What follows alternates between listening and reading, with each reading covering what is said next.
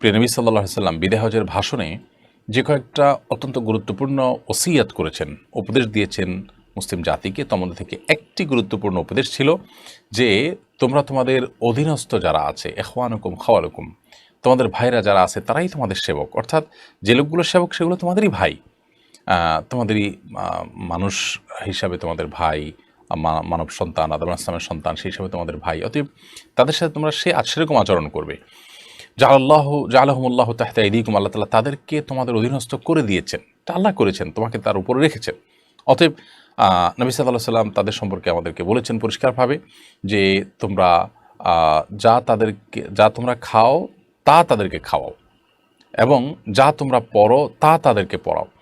পরিষ্কারভাবে এখান থেকে বোঝা যায় যে সামাজিকভাবে ন্যূনতম বেঁচে থাকার জন্য যা দরকার, আমরা একটা সমাজে বসবাস করি, সমাজে দ্রব্যমূল্যের দিক বিবেচনা করে মোটামুটি খেয়ে পরে বেঁচে থাকার জন্য আমার যা দরকার হয় তাকেও তা প্রোভাইড করা আমাদের কর্তব্যের অংশ। যদি সেটা না করি তাহলে সেক্ষেত্রে তার প্রতি জুলুম হবে।